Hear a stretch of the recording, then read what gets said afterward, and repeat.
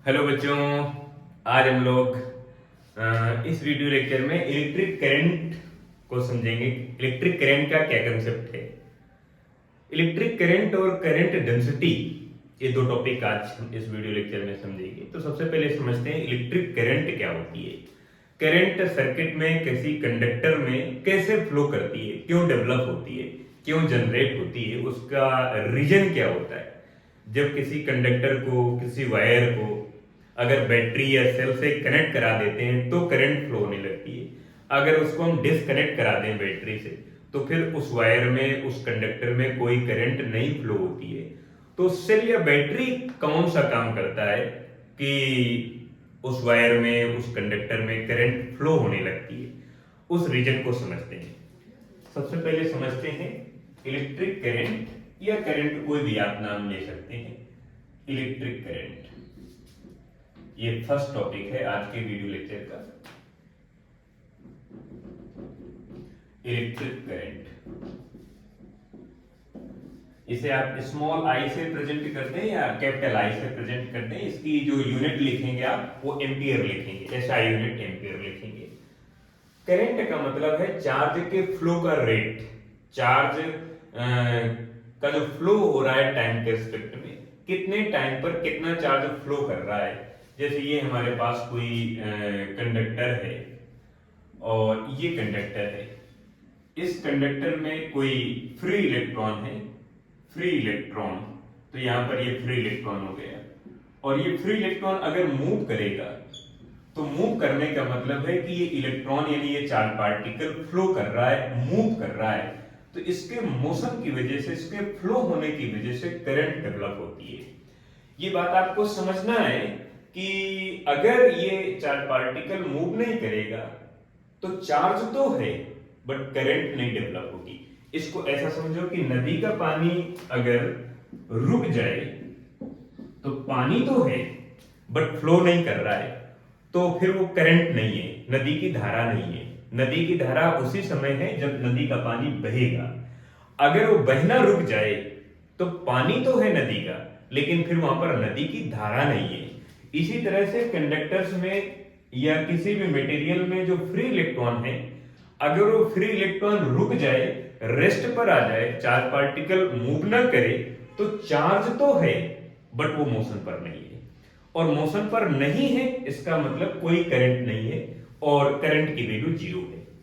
तो इसके मोशन की वजह से करंट डेवलप होती है। और इस तरह के एक इलेक्ट्रॉन नहीं है, ऐसे बहुत सारे नंबर ऑफ फ्री इलेक्ट्रॉन है और सभी number of free electron conductors में किसी फिक्स डायरेक्शन के अलोंग मूव करते हैं। वायर की लेंथ के अलोंग सभी इलेक्ट्रॉन मूव करते हैं। ये सभी इलेक्ट्रॉन इस डायरेक्शन पर मूव करते हैं। यहां वाले इलेक्ट्रॉन होंगे वो इस तरह से ये मूव करते हैं। तो इन इलेक्ट्रॉनों के मोशन की वजह से करंट डेवलप हो जाती है। तो करंट का मतलब होता है, करंट, एवरेज करंट आप अगर लिखें तो flow of charge with respect to time, माने टाइम के रेस्पेक्ट में कितना चार्ज फ्लो कर गया, यानी total charge, total flow charge, यानी delta Q divide by delta T. Delta T time interval पर इतना चार्ज फ्लो कर गया, आप इसे लिख सकते हैं Q2 minus Q1 divide by T2 minus T1। Charge कितना फ्लो कर गया इतने टाइम इंटरवल पर, इसे आप एवरेज करंट कहेंगे। तो एवरेज करंट, और इसकी अगर आप यूनिट लिखते हैं तो एम्पियर लिख सकते हैं या कूलाम पर सेकेंड लिख सकते हैं, पर सेकेंड, ये यूनिट लिख सकते हैं। तो ये हो गई हमारे पास करंट हो गई, करंट हो गई। इससे पहले अब इस बात को हम समझें कि ये जो फ्री इलेक्ट्रॉन होते हैं ये मूव क्यों करते हैं, किसी वायर के लेंथ के अलोंग क्यों मूव करते हैं। अगर मेरे पास ये वायर है, ये कोई कंडक्टर्स है, और इस कंडक्टर को अगर मैं बैटरी से नहीं कनेक्ट कराता हूं, किसी सेल से कनेक्ट नहीं कराता हूं, तो आप ये जानेंगे कि इसके अंदर जो फ्री इलेक्ट्रॉन है, जो फ्री इलेक्ट्रॉन है, वो फ्री इलेक्ट्रॉन मूव तो कर रहे हैं, सभी इलेक्ट्रॉन जिगजैग टाइप का मोशन कर रहे हैं, बट इस वायर की लेंथ के अलोंग नहीं मूव कर रहे हैं। तो चार्ज पार्टिकल वायर की लेंथ के अलोंग नहीं मूव कर रहा है और चार्ज का फ्लो नहीं होगा। तो हम इस बात को पहले समझें कि ये इलेक्ट्रॉन बैटरी से कनेक्ट होने के बाद वायर की लेंथ के अलोंग क्यों मूव करने लगते हैं और ये फ्री इलेक्ट्रॉन होते क्या हैं। एक छोटा सा कंसेप्ट फ्री इलेक्ट्रॉन का।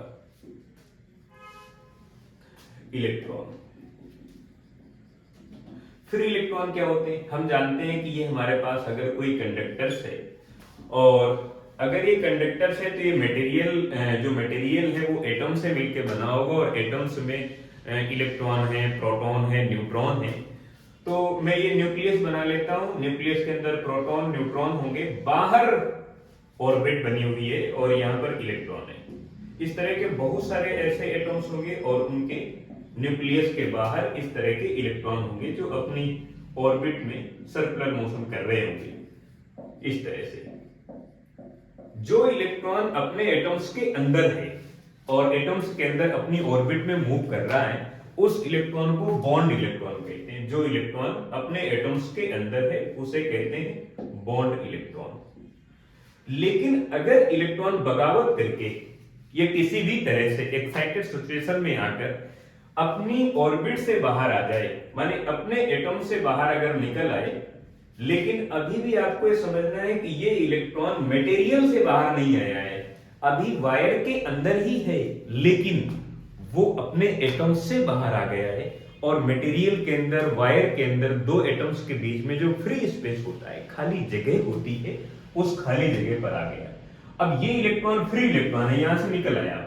यहां पर जो इलेक्ट्रॉन पहले यहां पर था, अब वो इलेक्ट्रॉन बाहर आ गया। माने जो पहले बॉन्ड इलेक्ट्रॉन था अब वो फ्री इलेक्ट्रॉन हो गया। अब इस इलेक्ट्रॉन को पहचानना मुश्किल है कि किस एटम से निकलकर बाहर आया है। इसी तरह से सभी एटम से इलेक्ट्रॉन बाहर निकलकर आ सकते हैं और जो इलेक्ट्रॉन अपने एटम से निकलकर बाहर आ जाएंगे उन इलेक्ट्रॉनों को फ्री इलेक्ट्रॉन कहेंगे। जो अंदर हैं, अपने एटम्स के अंदर हैं, उन्हें बॉन्ड इलेक्ट्रॉन कहेंगे। फ्री इलेक्ट्रॉन और बॉन्ड इलेक्ट्रॉन का कंसेप्ट ऐसा समझो कि एक स्कूल है, स्कूल में क्लासरूम है और क्लासरूम में बच्चे हैं। क्लासरूम के बाहर ग्राउंड बना हुआ है, प्ले ग्राउंड बना हुआ है, लेकिन वो प्ले ग्राउंड स्कूल कैंपस के अंदर है। अब जो बच्चे क्लासरूम के अंदर हैं वो बॉन्ड हैं, बंधे हुए हैं। लेकिन अगर बच्चा क्लासरूम से निकलकर बाहर आ जाए, प्ले ग्राउंड में चला जाए, तो वो फ्री है, अब खेलने के लिए फ्री है। लेकिन अभी भी वो स्कूल कैंपस के बाहर नहीं है, स्कूल कैंपस के अंदर ही है। इसी तरह से इलेक्ट्रॉन अपने मटेरियल के अंदर तो है, बट अपने एटम से निकलकर बाहर आ गया।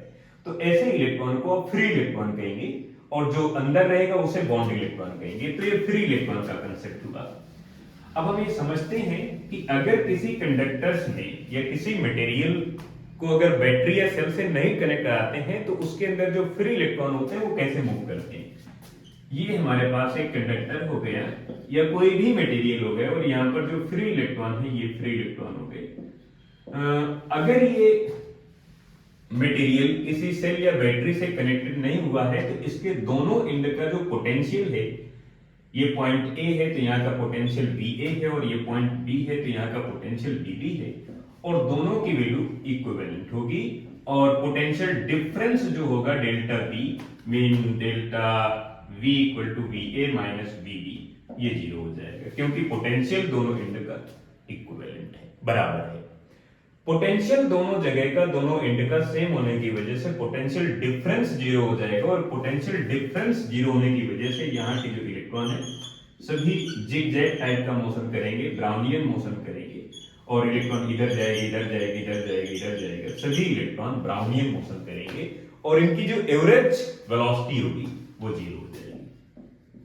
जो एवरेज वेलोसिटी होगी वो 0 हो जाएगी।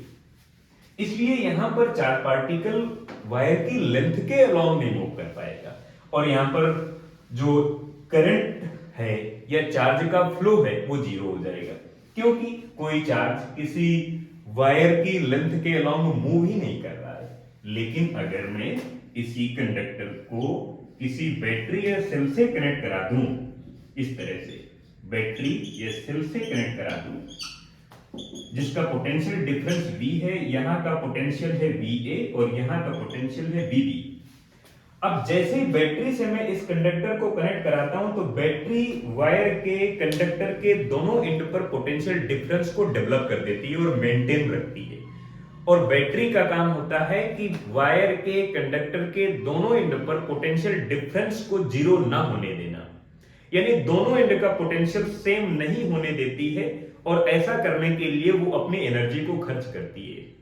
बैटरी का काम है कंडक्टर के दोनों एंड पर पोटेंशियल डिफरेंस को मेंटेन रखना, और मेंटेन रखने के लिए बैटरी या सेल अपनी एनर्जी को खर्च करती है, और धीरे धीरे उसकी एनर्जी खर्च होने लगती है, यानी बैटरी डिस्चार्ज होने लगती है, डिस्चार्ज होने लगती है धीरे धीरे धीरे धीरे धीरे धीरे।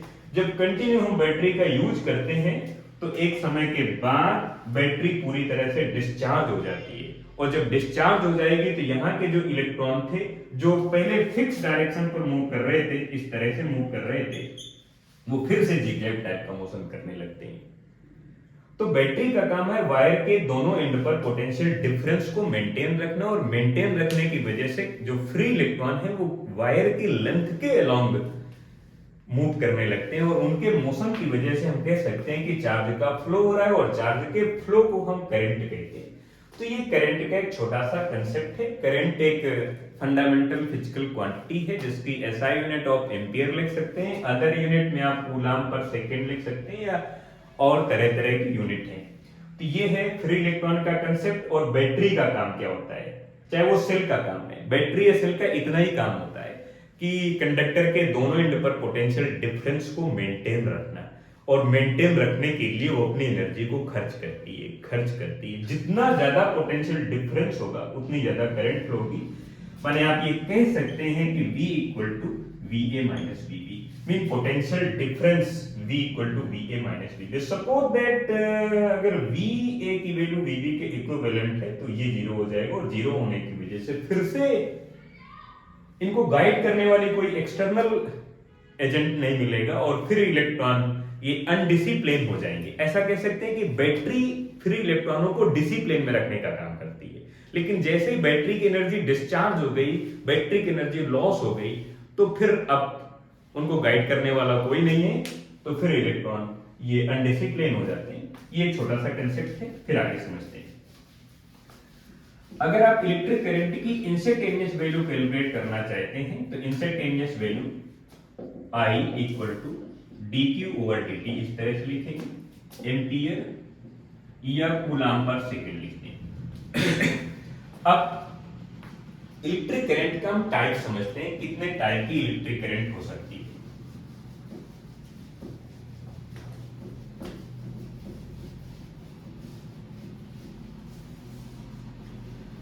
इलेक्ट्रिक करंट तो सिर्फ चार्ज के फ्लो का रेट है कि कितने टाइम में कितनी करंट फ्लो, कितना चार्ज फ्लो कर गया, यानी flow of rate of charge with respect to time, time के रेस्पेक्ट में कितना चार्ज फ्लो कर गया है किसी कंडक्टर में जो फ्री इलेक्ट्रॉनों की वजह से फ्लो हो रहा है। अब समझते हैं classification of electric current. First है uniform electric current, uniform electric current.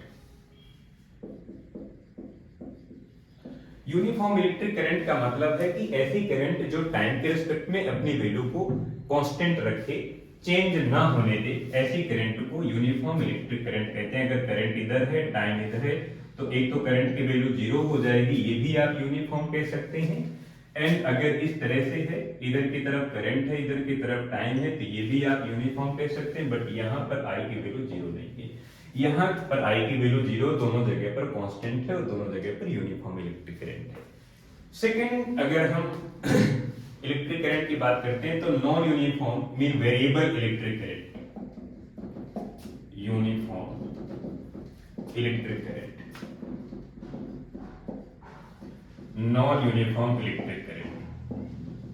और नॉन यूनिफॉर्म इलेक्ट्रिक करंट का कंसेप्ट ये है कि जो करंट टाइम के रिस्पेक्ट में अपनी वैल्यू को चेंज करती रहती है, कभी वैल्यू डिक्रीज हो, कभी इंक्रीज हो, या इंक्रीज होती रहे या डिक्रीज होती रहे, ऐसी वैल्यू को हम कहते हैं, या ऐसी इलेक्ट्रिक करंट को हम कहते हैं नॉन यूनिफॉर्म इलेक्ट्रिक करंट। जैसे इधर की तरफ करंट है और ये टाइम है, तो ग्राफ ये बन गया, और यहाँ पर आप देख रहे हैं कि करंट इंक्रीज हो रही है, और अगर मैं दूसरा ग्राफ बनाता हूँ, इधर करंट है इधर टाइम है, तो आप देख रहे हैं डिक्रीज हो रही है।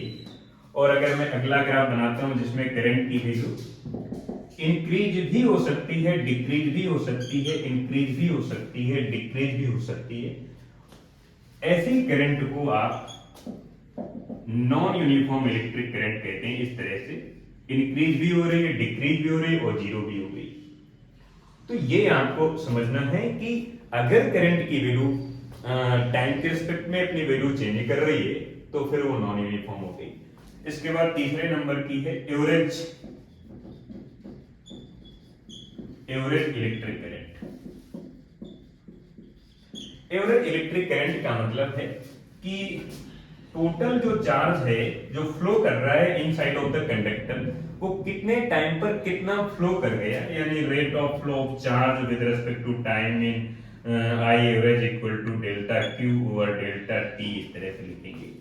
एंड अगर मैं लास्ट टाइप इसका अगर बताऊं आपको तो उसे कहते हैं instantaneous electric current. Instantaneous electric current. Instantaneous electric current का मतलब है करंट की वैल्यू प्रेजेंट टाइम पर कितनी है। Electric current at a present time पर जो इलेक्ट्रिक करंट है हमारे पास, उस करंट को आप कहेंगे इंस्टेंटेनियस इलेक्ट्रिक करंट। और ध्यान रखना है कि जब किसी भी चीज की इंस्टेंटेनियस वैल्यू आपको कैलकुलेट करना हो तो आप चार्ज का टाइम के रिस्पेक्ट में डिफरेंशिएशन करेंगे। अभी तो आपको इलेक्ट्रिक करंट की इंस्टेंटेनियस वैल्यू कैलकुलेट करना है तो आप इलेक्ट्रिक चार्ज का टाइम के रिस्पेक्ट में डिफरेंशिएशन कर देंगे। तो इधर मैं लिख सकता हूँ dq over dt। Mean charge का, इलेक्ट्रिक चार्ज का अगर आप टाइम के रिस्पेक्ट में डिफरेंशिएशन करेंगे तो इंस्टेंटेनियस वैल्यू मिलेगी। ये इस तरह से इलेक्ट्रिक करंट का क्लासिफिकेशन है। और फ्री इलेक्ट्रॉन का एक कंसेप्ट है। बैटरी का क्या रोल होता है कंडक्टर्स में, अब हम समझते हैं इसकी एक दो एप्लीकेशन, एक दो न्यूमेरिकल, फिर इसके बाद हम अगली एप्लीकेशन को समझते हैं।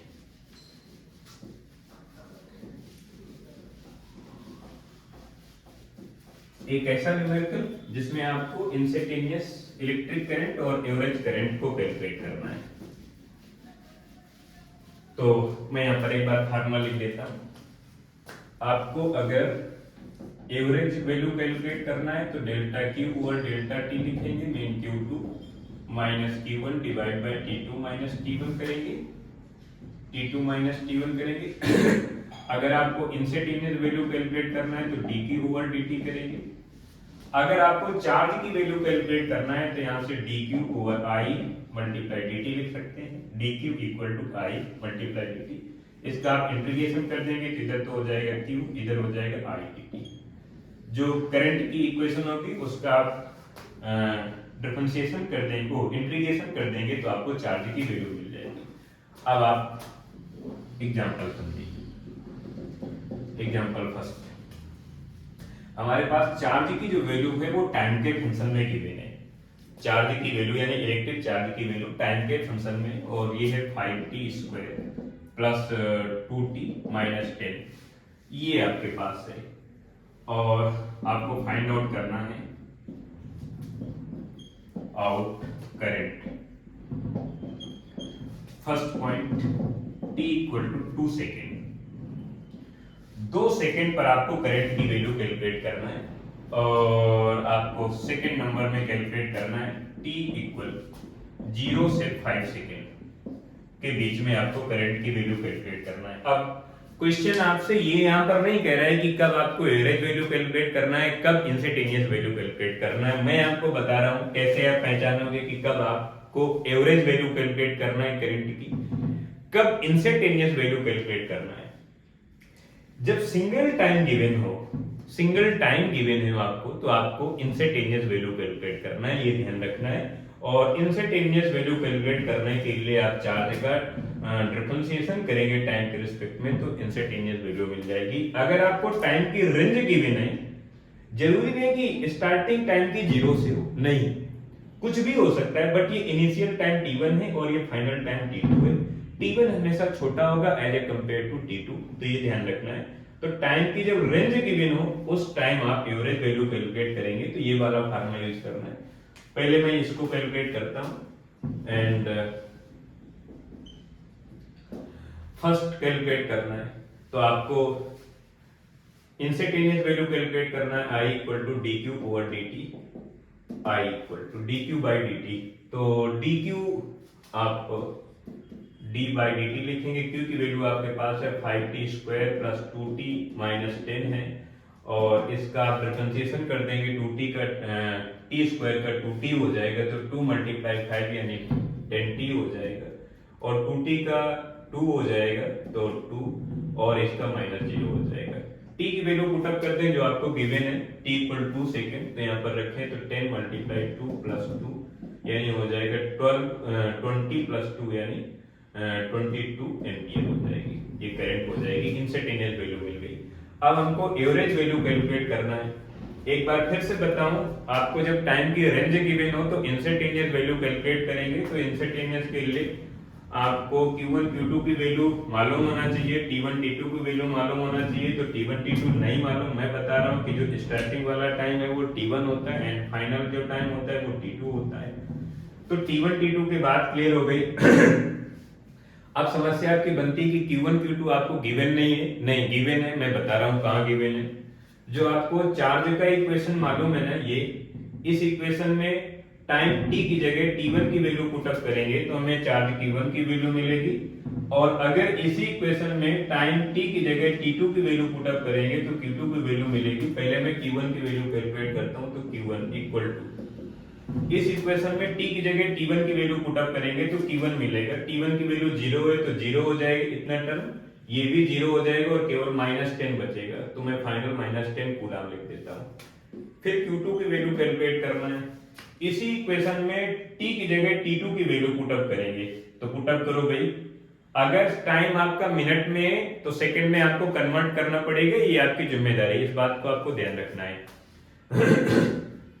रखो भाई, t स्क्वायर है 5 का स्क्वायर 25, तो 5 मल्टीप्लाई 25 प्लस 2 मल्टीप्लाई 5 यानी 2 मल्टीप्लाई 5 माइनस 10, ये हो जाएगा कितना, मल्टीप्लाई कराएंगे तो 125 हो जाएगा, और 125 प्लस इधर 10 माइनस 10 तो ये कैंसिल आउट हो जाएगा, 125 हो जाएगा। और एवरेज वैल्यू कैलकुलेट करना है तो Q2 minus Q1 divide by T2 minus T1, तो Q2 आपके पास है 125 माइनस Q1 आपके पास है माइनस का 10 divide by T2 minus T1 यानी 5 माइनस 0, ये हो जाएगा माइनस में प्लस हो जाएगा तो 135 हो जाएगा, और 135 डिवाइड बाई 5 एम्पियर इतनी करंट हो जाएगी, और आप इसे डिवाइड कर लें। तो जब कभी भी आप इंस्टेंटेनियस या एवरेज वैल्यू कैलकुलेट करेंगे तो इसी कंसेप्ट का यूज करेंगे, इस बात को ध्यान रखना है। एक न्यूमेरिकल में आपके लिए आप उसे कैलकुलेट करेंगे, instantaneous value and average value of the electric current. मैं अगली प्रॉब्लम इसी तरह की देता हूं। सेकंड प्रॉब्लम मैं देता हूं जो चार्ज की इक्वेशन है, जो वो टाइम का फंक्शन है, मैं लिखता हूं कि alpha minus beta T square plus इधर है अल्फा बीटा टी, इस तरह से, और आपको कैलकुलेट करना है, फाइंड आउट, पहले नंबर में आपको कैलकुलेट करना है t इक्वल टू 1/2 सेकेंड पर करंट की वैल्यू कैलकुलेट करना है, और दूसरे नंबर में 0.1 सेकेंड से लेकर 0.5 सेकेंड के बीच में करंट की वैल्यू कैलकुलेट करना है, और फिर alpha and beta positive constant है, अल्फा एंड बीटा और पॉजिटिव कांस्टेंट।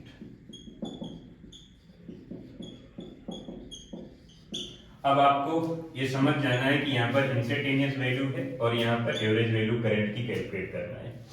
एक अगली प्रॉब्लम वो भी आपके लिए, इसका जस्ट उल्टा करना है। तो अगली प्रॉब्लम मैं करंट की देता हूं।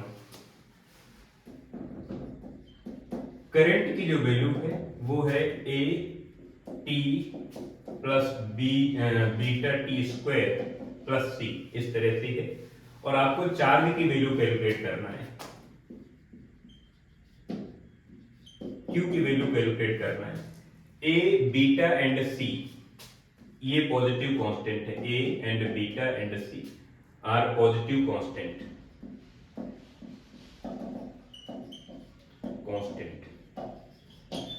अब आपको चार्ज की वैल्यू कैलकुलेट करना है। करंट की इक्वेशन गिवन है, तो कैसे कैलकुलेट करेंगे?